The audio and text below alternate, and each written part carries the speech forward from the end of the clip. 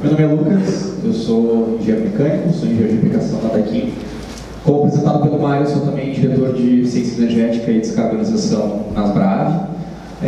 Não está aqui no slide, mas também trabalho de forma voluntária como chair do Comitê de Research Promotion e tesoureiro do ASHRAE South Brazil Chapter.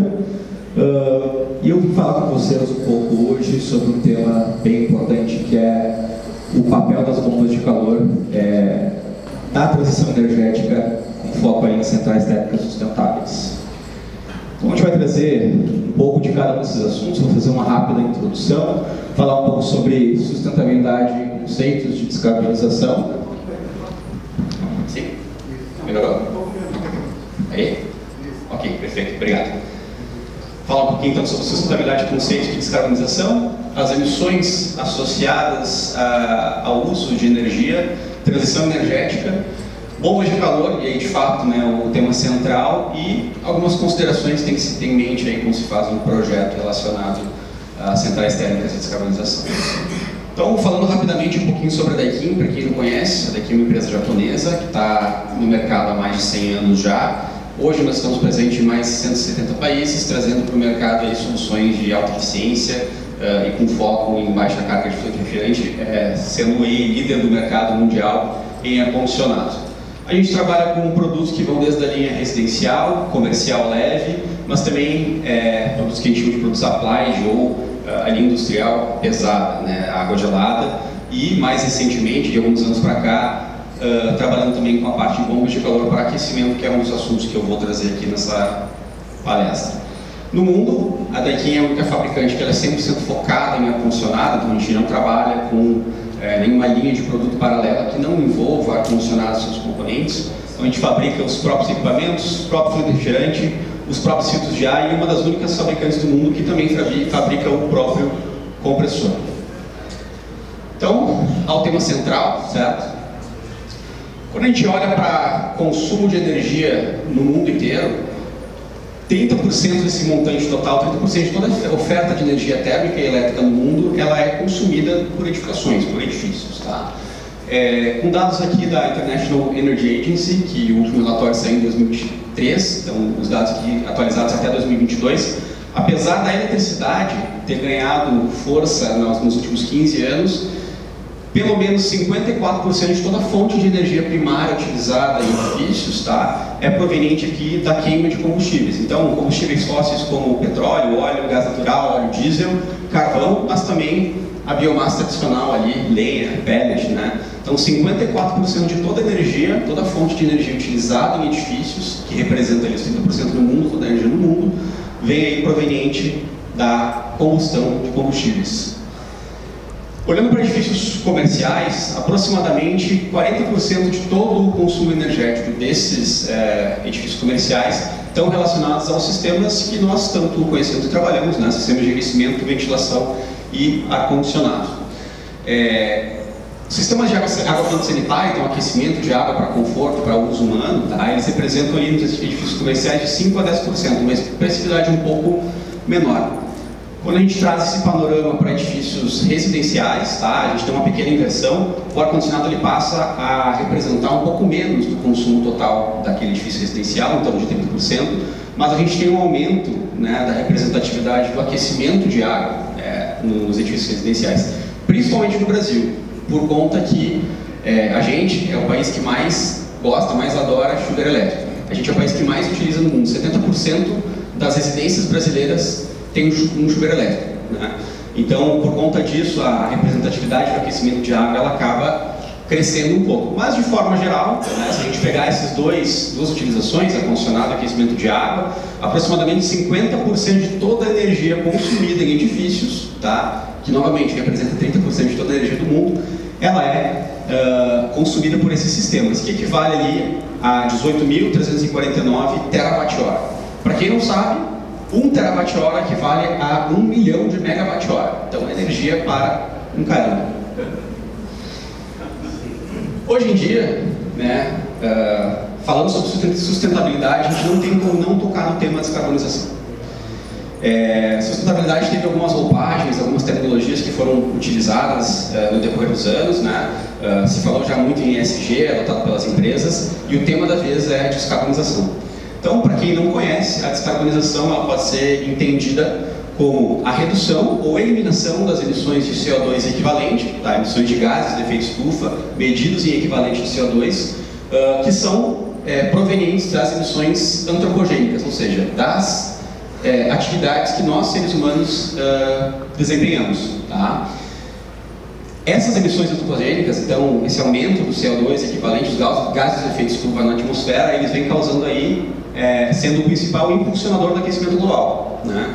E em termos práticos, o que significa aquecimento global? Então, não é incomum a gente ver nos jornais, em sites, manchetes como essa. O Brasil perdeu mais de 700 bilhões de reais por conta de desastres climáticos. Número de mortes em enchentes no Texas, então, recentemente, no Rio Guadalupe, 119 vítimas fatais. Desastres críticos aumentaram 250% nos últimos 4 anos no nosso país. E mais recentemente, também em 2024, né, Porto Alegre é a prova viva disso, como o Mário comentou, 184 mortes no Rio Grande do Sul devido às enchentes. Né, completou um ano agora em maio de 2025. Então, esse tipo de manchete tem se tornado cada vez mais comum justamente por decorrência do aquecimento global, que é impulsionado, então, por essas emissões de carbono. Como a gente consegue parar isso? Como é que a gente consegue mitigar esses efeitos? Então, foi decidido lá em 2015, tá, durante a COP21, um acordo que foi fechado por 194 países, incluindo o nosso Brasil, tá, que chama-se Acordo de Paris. Então, nesse acordo, os países se comprometeram a frear, né, limitar o aquecimento global em até 1,5 grau acima dos níveis pré-industriais até 2050 para atingir a neutralidade de carbono. Só que foi descoberto, tá, através de relatórios do IPCC, que para a gente conseguir atingir isso aqui vai ser necessário que a gente reduza as nossas emissões de carbono em 43% até 2030. Então, a gente tem 20 anos, 25 anos à frente até 2050, mas a grande ação, o grande volume de ações que a gente tem que tomar é hoje, nos próximos 5 anos, para que a gente não passe desses 1,5 graus, 1,5 graus. Nesse contexto, né, é fundamental que a gente olhe para as nossas centrais térmicas, então, os sistemas que consomem ali 50% da energia nos nossos edifícios, tá, de forma a descarbonizá-las. Bom, emissões por tipo de energia consumida. São dados aqui do Ministério de Ciência, Tecnologia e Inovação e do Centro Brasileiro de Eficiência Energética e Edificações, ali do professor Lamberts na UFSC, aliás, que para cada quilowatt de energia elétrica que é consumido no Brasil hoje, a gente tem uma emissão equivalente de praticamente ali 0,0523 kg de CO2 equivalente. Tá? Ou seja, para cada quilowatt a gente tem uma emissão associada. Quando a gente compara isso com energia térmica vinda de outras fontes, então, por exemplo, gás natural, GLP, óleo diesel, própria madeira, que são combustíveis muito utilizados em aquecimento, tá? A gente tem emissões ali que chegam até 1015% a mais do que se a gente tivesse suprido essa mesma demanda térmica, mas utilizando eletricidade. Como é que o Brasil consegue ter um fator de emissão tão baixo? E a resposta para isso está justamente na nossa matriz energética. Então, aqui são dados do Balanço Energético Nacional de 2025, que toma como uma base o ano de 2024, e, segundo esse balanço, tá, aproximadamente 89% de toda a nossa matriz energética elétrica, ela é proveniente de fontes renováveis ou limpas. Tá? Nem toda fonte renovável é limpa, nem toda fonte limpa é renovável. Então, trazendo aqui o exemplo do Brasil, a gente tem muita participação dessas fontes aqui que são ou limpas e renováveis ou parcialmente limpas. Tá? Então, solar e eólica representam aqui em torno de 23% da oferta de energia elétrica no Brasil. Hidráulica tem a grande maioria, tá? Mais de 55% aqui vindo de fonte hidrelétrica. E também a biomassa aqui ocupa uma posição de mais ou menos uns 8% aqui.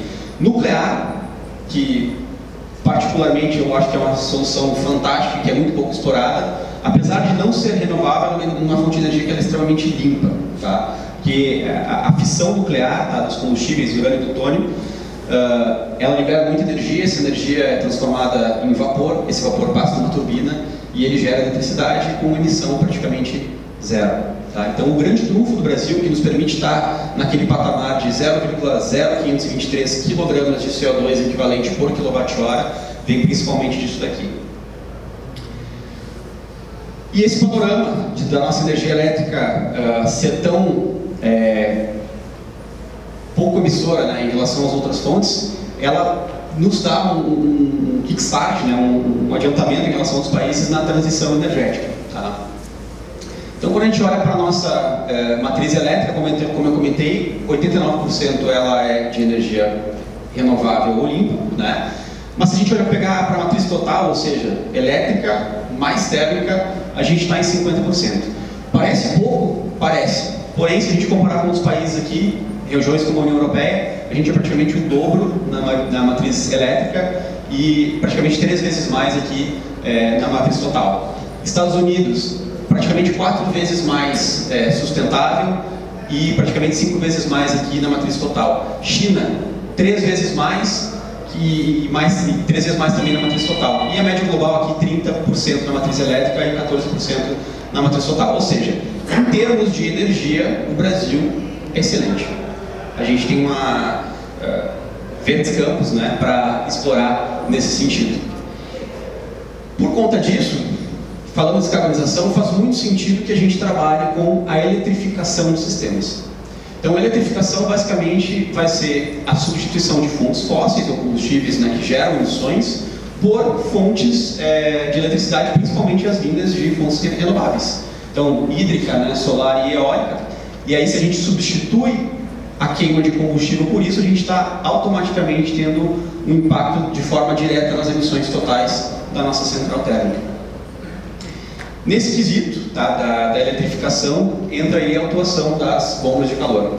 Então, para quem não conhece esse tipo de tecnologia, uma bomba de calor, em termos simples, ela é como se fosse um ar-condicionado para aquecimento de água. Tá? Por definição, todo equipamento que se denomina bomba de calor, ele pode produzir quente ou frio. Né? Quando a gente fala de air conditioning ou chiller, né? A gente está falando de equipamento que faz somente frio. Quando a gente fala em bomba de calor, se tratando aí de produção de água gelada ou água quente, né? Ele pode fazer os dois. Se a gente comparar essa eficiência média de um sistema bomba de calor com a eficiência de um sistema de queima-gás, a gente tem uma diferença de aproximadamente 386%. Isso aqui falando em eficiência média, tá? Uma bomba de calor de pequeno porte, tem um COP ali aproximado de 3,32, que é mais ou menos, se a gente parar para pensar, o COP de um ar-condicionado, né? E isso é graças justamente ao ciclo de compressão de vapor. Então a gente consegue remover para cada unidade de energia elétrica empregada no equipamento até ali mais unidades, né? Nesse caso aqui do COP de 3,32 unidades de energia térmica. Os principais modelos do mercado, tá? Não somente aqui no Brasil, mas Brasil afora, são em torno de 3 a 5 vezes mais eficientes que aquecedores a gás, sendo que o IEA, né, que é aquela mesma instituição que fez a pesquisa que eu mostrei no início, ela estima que essa tecnologia ela tem um potencial até 2030 para reduzir as emissões diretas, né, indiretas de carbono em até 500 milhões de toneladas até 2030. Tá? Isso equivale hoje a todos os carros da Europa.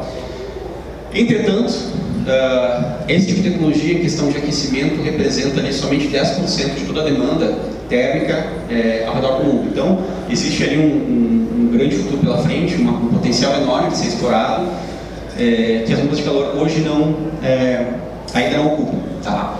Na União Europeia, todos os países, exceto a Hungria, têm inclusive subsídios para retrofits ou replacement de equipamentos a gás ou de baixa eficiência por bombas de calor.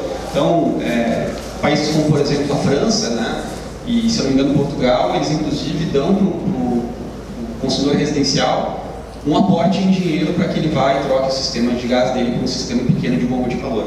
Né. Eficiência energética. Eficiência energética, então, é outra estratégia envolvendo descarbonização que ela está amplamente relacionada ali com a transição energética. Então a gente precisa, em tese, substituir as fontes fósseis por eletricidade e nos que consomem eletricidade aumentar a eficiência. Então essas coisas andam lado a lado. Né? Então, em termos simples, se a gente olha para a eficiência energética, parece que é uma relação direta, sabe? Vou substituir um equipamento de menor eficiência por um de maior eficiência. Vou pegar um chiller de velocidade fixa e vou especificar ou substituir por um chiller inverter, né? Ou vou trocar um aquecedor, um gerador de água quente a gás por uma bomba de calor. Porém, não é só isso. Né? Quando a gente vai fazer um replacement do equipamento, a gente vai substituir, é importante olhar também para como que aquele sistema foi originalmente concebido. Então, será que o dimensionamento da CAG ela não está superdimensionada? Você não consegue revisar essas cargas, né? Fazer algum upgrade de envoltória para que a gente reduza a carga térmica e, consequentemente, a carga de equipamento instalado e o consumo de energia? O set point que a gente está trabalhando, ele é apropriado para a nossa aplicação? Será que a gente não está trabalhando em temperaturas muito maiores ou muito menores, falando de água gelada, né, do que a gente realmente precisaria utilizar? Sistema de bombeamento também é outro elemento que consome bastante energia numa central térmica, né? Um novo equipamento, no caso de replacement, ele vai ter uma maior ou menor perda de carga. Muitas vezes a gente olha para o COP do chiller, para o PLV do chiller, mas a gente não olha para a perda de carga daquele trocador. E a perda de carga daquele trocador vai ter um impacto direto no consumo de energia de bombeamento, né? O bombeamento atual foi dimensionado corretamente. Automação. Então, a rotina de controle da CAG ou da CAQ, né, ela já está otimizada? Será que a gente está utilizando essa CAG de forma mais adequada ou a gente tem espaço também para otimizar isso? E isolamento térmico, né? Será que essa CAG ou esse sistema de distribuição de água, ele não está perdendo energia para o ambiente, uma energia que a gente está deixando de aproveitar e, portanto dispersar? Tá? Então, a eficiência energética não é simplesmente a substituição de equipamentos, apesar de passar por isso, é sempre importante olhar para a instalação de uma forma holística. Outra excelente medida de eficientização de centrais térmicas é a utilização de recuperação de energia. Então, um chiller, né, falando aqui um chiller, bomba de calor com recuperador de energia, ele é basicamente um equipamento que ele vai ter um trocador de calor na descarga do compressor, então ele fica em série aqui com o condensador, e a gente pega esse fluido da descarga do compressor, passa por um trocador de calor e, como resultado, a gente consegue, por exemplo, aquecer a água, né? Então, o calor que não é rejeitado, de fato é rejeitado no condensador, que não é utilizado para aquecimento de água, né? E esse tipo de tecnologia ele tem aplicações principalmente em edificações que tenham uma carga considerável de aquecimento. Então, por exemplo, água quente sanitária, hospitais e hotéis, processos produtivos, a indústria, então a gente usa geralmente água ali 90 graus, 80 graus. Ambientes com controle de umidade rígido, então que exigem um resfriamento para remover a umidade e um reaquecimento para corrigir essa temperatura, são todas aplicações onde a gente pode aplicar a recuperação de calor em centrais térmicas. Quando a gente fala de recuperação de energia, existem dois tipos de recuperação de energia. Então existe a recuperação de calor que a gente chama de recuperação parcial, tá? E o que a gente chama de recuperação total. A diferença entre elas é basicamente construtiva, tá? O tipo de trocador que a gente vai estar utilizando, mas em termos simples, o recuperador parcial a gente consegue recuperar em torno de 25% de toda a energia que seria desperdiçada. Então, se minha carga térmica, por exemplo, no chiller é de 100 TR e eu uso um recuperador parcial, eu posso estar recuperando em torno de 25 TR em aquecimento, né? Isso aumenta a eficiência da instalação como um todo. Só que ele recupera o que der, ou seja, ele é amplamente dependente não somente da carga, mas também da temperatura externa, por isso que a recuperação dele é baixa. E a gente não consegue manter um set point de controle de água quente na saída do trocador de calor. Já a recuperação total, ela aproveita toda a energia que seria removida para a atmosfera, seria rejeitada, e ele pode chegar ali em torno de 85% a 100% de energia recuperada. E é aqui que está o principal trunfo da recuperação de calor. A gente consegue recuperar o máximo possível de energia, mas também manter um controle de set point de temperatura na saída do trocador de calor de água quente. Então eu já posso utilizar, por exemplo, diretamente essa água quente sem necessitar de um sistema complementar de aquecimento para cumprir alguma função em alguma aplicação. Só que tem que ser bem dimensionado, tá? Porque pode ser que a gente tenha momentos no ano em que há uma inversão da prioridade de carga. Então, minha carga de aquecimento, naturalmente no inverno, ela vai ser maior do que minha carga de refrigeração. E como o nome diz recuperação, a gente não consegue recuperar mais do que a energia que nós estaríamos rejeitando para a atmosfera. Então, no inverno, quando a minha carga de refrigeração está mais baixa, naturalmente, que mesmo com um recuperador total de energia, a gente vai precisar de um sistema complementar. Então, pode-se trabalhar, por exemplo, equipamentos de refrigeração. Um dos equipamentos com recuperação total de energia, essa recuperação joga para um tanque, e para o inverno aqui a gente tem o aquecimento complementar, por exemplo, com bombas de calor, né, para suprir o restante dessa necessidade. Importante aqui que quando a gente utilizar dois chillers, um com recuperação e outro sem, a gente sempre priorize o chiller com recuperação no acionamento, porque é ele que vai estar recuperando energia e suprindo a nossa necessidade de aquecimento. E outro tipo de unidade que a gente tem disponível também no mercado, que é uma medida bem interessante, é a utilização de unidades polivalentes. Unidades polivalentes são os chamados chillers 4 tubos. Então a gente vai ter 2 tubos de água quente, né, um de entrada e de saída, e 2 tubos de água gelada, um de entrada e de saída. Esse equipamento ele é munido de 2 circuitos independentes, tá? Um cold loop e um hot loop, então um aquecimento e uma refrigeração. E dependendo da necessidade de carga do equipamento, a gente pode trabalhar em 5 formas de trabalho diferente. Então eu posso estar ligado, utilizando aqui somente trocador ar-água em cooling, ou seja, rejeitando o calor para a atmosfera. Eu posso estar trabalhando em apenas aquecimento, ou seja, eu vou estar utilizando aqui a troca ar-água em aquecimento, vou estar rejeitando frio para a atmosfera, que é o princípio de funcionamento de uma bomba de calor, né? Eu posso estar trabalhando com os 2 tipos de cargas, então aquecimento e refrigeração, porém, com a refrigeração maior que o aquecimento, nesse caso, a gente consegue rejeitar para a atmosfera o excedente de calor. Da mesma forma, se eu tiver com um aquecimento maior que a refrigeração, estou trabalhando com os 2 loops, nesse caso, bomba de calor água a água, e rejeitando aqui o restante do frio para a atmosfera, ou então, na melhor das hipóteses, quando as cargas se igualarem, está trabalhando aqui com 100% de recuperação. Nessa condição aqui, em plena carga, a gente tem chillers que chegam na casa dos 9 a 10 de pop em plena carga. Porém, quando a gente usa esses equipamentos, pensando em descarbonização principalmente, a gente tem que ter algumas considerações de projeto. Então, a primeira delas tange ali os fluidos refrigerantes. Novamente, não há como falar em descarbonização, principalmente se a gente está utilizando chillers e bombas de calor, que são equipamentos que utilizam fluidos refrigerantes para poder funcionar, sem olhar para o potencial de emissões relacionadas a eles. Então, muito do pessoal conhece o GWP, né? Global Warming Potential, é um índice, né, que ele mede qual que é o potencial de aquecimento global de um determinado refrigerante, para caso aquele refrigerante vaze para a atmosfera, e de uma forma ou de outra, muitas vezes acaba vazando para a atmosfera. Então, para isso foi desenvolvida essa fórmula do TEV, tá? Que ele é um índice que leva em consideração o GWP, mas ele leva em consideração outros pontos também.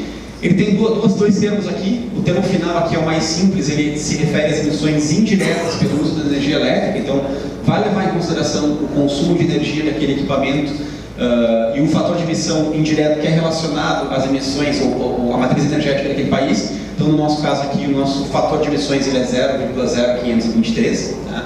Mas também as emissões diretas pelo vazamento desse fluido refrigerante. Então aqui sim ele vai levar em consideração o próprio GWP, a massa de fluido refrigerante que está nesse sistema, qual que é a taxa de vazamento anual, que isso varia de equipamento para equipamento, muitas vezes é informada pelos próprios fabricantes, ou pode ser encontrado sim em algumas referências normativas, mas também a taxa de recuperação ao fim da vida útil, ou seja, quando aquele equipamento ele é decomissionado, eu vou tirar de operação e vou substituir por outro, o quanto desse fluido eu consigo recuperar.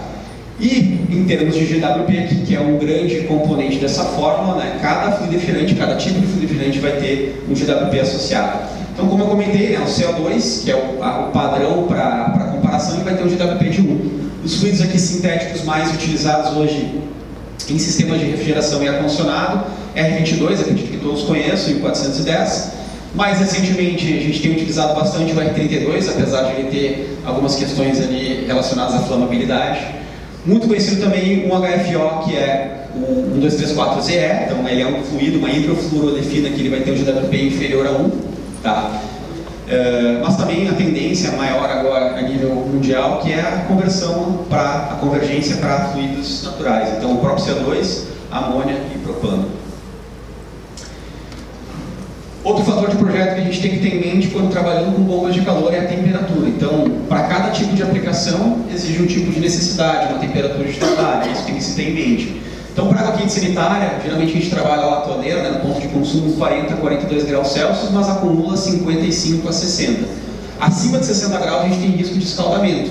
O limiar da norma humana é água a 49 graus. Acima disso a gente começa a ter queimaduras. Então 60 graus aumenta o risco de escaldamento, só que se a gente trabalhar em acumulação abaixo de 50 graus, a gente abre espaço para a proliferação de legionela, que é um assunto bastante abordado, principalmente quando se fala em qualidade do ar interior. Calefação, conforto, então radiadores, geralmente água a 70 graus, piso aquecido, água a 45 graus e climatização, fan coils, né, 45 a 60 graus, dependendo da aplicação. Lavanderias de 60 a 90, depende do grau da lavanderia, e indústria aqui realmente vai até água quente a mais de 100 graus, ou seja, sob pressão para não evaporar. Então é importante, além das temperaturas, levar também em consideração o tempo de resposta do sistema. Um erro muito comum que as pessoas que trabalham com aquecedores a gás e fazem projeto de bomba de calor é achar que eles têm o mesmo tipo de resposta que o aquecedor a gás. O aquecedor a gás, você pega água a 20 graus, passa pelo aquecedor de passagem ou pelo queimador, você sai com a água ali a 40, 60 graus, dependendo do tipo de queimador, né? Já com uma bomba de calor, ele é um equipamento de ar-condicionado, então ele tem que funcionar durante um tempo e ele vai ficar recirculando continuamente. Então a gente tem que trabalhar muito bem a acumulação térmica a depender da aplicação. Se for conforto para fanboy, a gente trabalha dentro daquele delta, está tudo certo. Mas pensando em água de consumo, água sanitária, né, a gente precisa prever que vai ter um volume de consumo, um pico de consumo na edificação, e a gente precisa trabalhar a acumulação térmica para prever esse pico de consumo. Então, para cada tipo de aplicação, existe um tipo de equipamento, e cada equipamento também trabalha com um tipo de fluido refrigerante. Então, aqui eu trouxe alguns que daqui oferece, tá? Linha mais conhecida, a linha OL R6 aqui, com R32, água quente até 55, capacidades até 140 kW. Linha Mini UAL, água quente também é 55, porém com R410, capacidades unitárias até 42 kW. A linha URRAS é uma bomba de calor em cascata, então aqui a gente já consegue trabalhar com dois circuitos, um com 410 e outro com 134, e chegar a uma água quente aqui até 90 graus Celsius. A linha CZ aqui é mais recente em termos de bombas de calor modular, então esses sistemas todos aqui são modulares, ou seja, a gente consegue trabalhar com mais de um para suprir a necessidade térmica, tanto de aquecimento quanto de refrigeração. A gente consegue chegar a 70 graus com o fluido refrigerante R454C. Esse aqui está atendendo a regulação do FTS Regulation da Europa, tá? Essa bomba de calor é europeia e tem um GWP aqui de 148. Né? Chegamos a 70 graus, até 74 kW por unidade. Passando aqui para a bomba de calor, água a água, então a gente consegue chegar com água até 90 graus utilizando HFO, então um R234CE, GWP abaixo de 1, capacidades aqui até 2.000 kW de aquecimento. E o chiller multiproposta, que é a linha 4Z, água quente vai até 60 graus e ele utiliza ali 1234CE, capacidade até 774 kW. Então esse apanhado total de medidas de eficiência energética e descarbonização que eu mencionei são todos parâmetros que têm que ser levados em consideração ao se fazer um projeto. E principalmente por questão de custos. Então, o custo a gente sabe que hoje é um fator proibitivo em alguns projetos, na maioria, na verdade. Tá? Então, ao avaliar o custo, tá, e o retorno de investimento, é fundamental que a gente avalie esse retorno pensando não somente na refrigeração, mas também no aquecimento, olhando para a energia total que a gente está utilizando e o quanto a gente está pagando em combustível, inclusive a gás, a própria lenha, né, contabilizado nessa conta de retorno de investimento. E, dependendo do tipo de perfil de carga térmica da edificação, a gente pode avaliar diferentes tecnologias ou uma combinação delas, né? Então, por exemplo, se eu tiver minha carga de refrigeração sempre maior que a minha carga de aquecimento, vai ser um cenário ideal para recuperação de energia. A gente consegue, sem o equipamento complementar, recuperar toda a energia que a gente precisa. Porém, se a gente tem aqui a inversão do perfil de cargas, né, é o cenário ideal para a gente avaliar uma unidade polivalente, porém ela tem um custo relativamente mais elevado. Então, levar isso em consideração e não somente os equipamentos, mas o consumo de energia das bombas, ventiladores e outras cargas que também compõem as nossas centrais térmicas. Então, o que eu tinha para trazer para vocês de conteúdo é isso. Gostaria de abrir para perguntas, se alguém tiver. Lucas, a questão da migração da energia elétrica, eu acho que é uma coisa importante, né? Mas eu acho que tem que ter cuidado com o equilíbrio dessa migração. Perfeito. E tanto hidráulico quanto fotovoltaica e eólica são sistemas que dependem da natureza. E se o país não tiver uma energia de base muito sólida, quando vê uma seca no país, derruba todo o sistema de geração de energia da indústria. Eu acho que eu vejo muita gente falando dessa relativação de sistemas de base e eu considero que não é por aí. Eu acho que a migração é importante, mas um relativo equilíbrio para não ficarmos dependentes só da natureza. Perfeito. Tu colocaste um ponto bem importante, né? E não somente essa transição, né, da dependência de combustíveis fósseis ou de combustão para eletricidade acontecer de forma gradual, mas também transformasse para carro elétrico, a nossa rede não ia dar conta de abastecer todo mundo. Né? Então, a combustão ela ainda é necessária e ela, de fato, acontece e deve acontecer de forma gradual, porque a gente vai gradativamente aumentando a oferta de energia por meio de fontes renováveis. Então, se a nossa capacidade de geração fotovoltaica hoje é X, no ano que vem ela vai ser X mais Y. Né? Mesma coisa hidrelétrica, vão se construindo mais hidrelétricas, usinas eólicas, né? Então a disponibilidade de energia ela vai aumentando gradativamente e ao mesmo tempo essa transição energética ela vai acontecendo gradativamente. Obrigado. Mais alguma boa contribuição?